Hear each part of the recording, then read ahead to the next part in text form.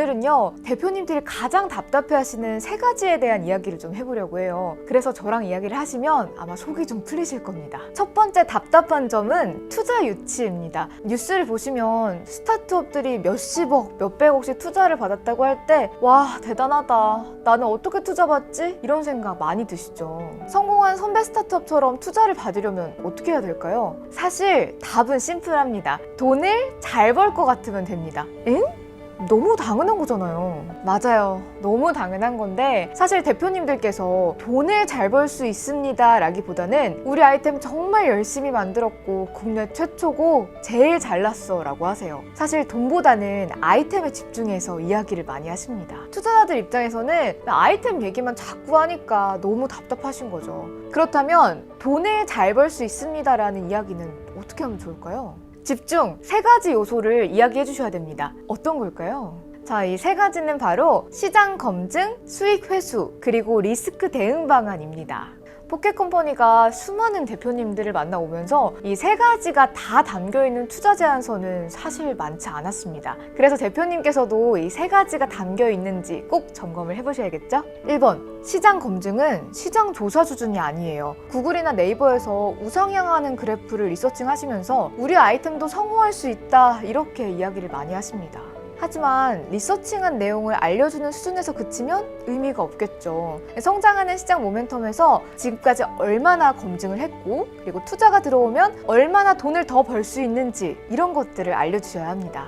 좀 더 자세히 들어가 보자면 시장을 얘기할 때 너무 큰 산업 동향보다는 잘 나가는 경쟁사들을 디테일하게 분석해보세요. 우리는 어떠한 검증을 했는지를 경쟁사와 대비해서 보여줘야 하는 겁니다. 더 나아가서 투자를 받게 되면 마케팅이나 인력 고도화를 통해서 성장 가능성을 경쟁사와 대비해서 보여주는 것이 중요합니다. 두 번째 중요한 요소는 수익 회수입니다. 투자자들에게는 너무 중요한 내용이죠. 투자를 통해 얻은 지분을 어느 시점에서 매각할 수 있는지 보여줘야 합니다. 구주를 매각시킬 수 있는 후속 투자 시점이나 장기적으로 M&A, IPO 로드맵 등을 통해서 엑싯 전략을 보여줘야 합니다. 세 번째 중요한 요소는 리스크 대응 방안입니다. 아마 대표님도 본인의 사업에 대해서 좋은 얘기 위주로 언급하실 거예요. 물론 긍정적인 지표들을 보여주는 거 좋죠. 하지만 투자자들은 본능적으로 리스크들을 먼저 찾아내려고 합니다. 그래서 리스크들을 숨기기보다는 먼저 오픈을 하고 논리적인 대응 방안을 설명해 주시는 게 좋습니다. 자, 이 3가지를 녹이셔서 투자 제안서를 만드시고 투자자들에게 어필하셔야 합니다. 자, 이제 감이 오시나요? 저희 포켓에서는 투자 제안서 제작부터 적합한 투자자들을 매칭해주는 빌드업 프로그램을 제공하고 있습니다. 기존에는 대표님 직접 하시거나 투자 제안서 제작 경험이 없는 직원들이 만들다 보니까 시간은 시간대로 걸리고 투자자 관점의 IR이 나오기가 힘듭니다. 그래서 내부 전문성이 부족하다라고 느껴지신다면 한번 포켓의 상담을 예약하셔서 진단과 프로그램 설명을 받아보시는 건 어떨까요? 예약은 아래 링크를 통해 접수해 주시면 됩니다.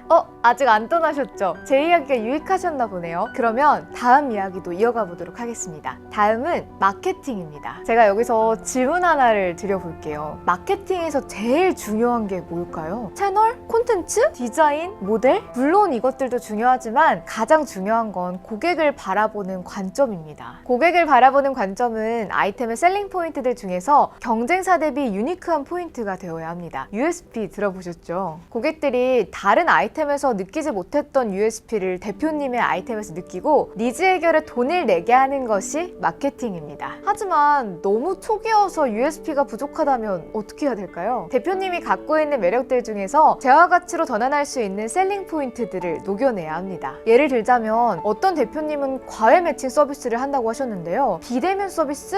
광사풀이 많다? 이런 이야기는 USP가 되기 힘들겠죠. 대신에 그 대표님은 20년 이상의 수업 경력으로 맞춤 과외쌤을 골라줄 수 있다는 부분이 USP가 되었습니다. 초기 스타트업이어서 아이템 자체만으로 USP가 약할 때에는 대표님의 USP를 마케팅해야 합니다. 저희 포켓 마케팅 빌드업에서는 USP를 분석하고 어떤 고객들에게 세일즈 접근을 해야 하는지부터 설계합니다. 이 USP를 토대로 페북, 인스타, 네이버, 구글, 유튜브 등등 적합한 미디어 채널들의 고객 유인 파이프라인들을 세팅합니다. 엄청 대단한 건 아니에요. 대표님들이 잘 모르시거나 또는 귀찮다는 이유로 안 하셔서 그렇지 하기만 하면 지금 이탈하는 고객들을 낙인시킬 수 있습니다. 기본적인 것들만 세팅해도 매출 성과가 크게 개선이 될 겁니다. 벌써 마지막인데 저한테 정드신 건 아니죠? 마지막은 개발입니다. IT 개발 많이 힘드실 것 같아요. 개발을 진행하기에 앞서서 우선적으로 점검해봐야 되는 건 어떤 걸까요? 개발자를 뽑을지 아웃소싱을 할지 같이 일할 CTO를 코파운더로 영입할지 이런 것들일까요? 개발을 앞두고 있으시다면 개발을 어떻게 할지부터가 아니라 개발이 정말 필요한지부터 점검하셔야 합니다. 보통 대표님들이 개발을 하겠다 마음을 먹었을 때 개발 결과물이 돈을 벌어다 줄 것이다 라고 예상을 하시는데요. 막연한 꿈일 수도 있습니다. 개발에 앞서서 오프라인에서 우리 팀이 서비스 수익화 역량을 가지고 있는지를 먼저 점검하셔야 합니다. 온라인 전환 시 수익성이 높아지겠다라고 판단이 되면 그때 개발을 결정하셔도 늦지 않습니다.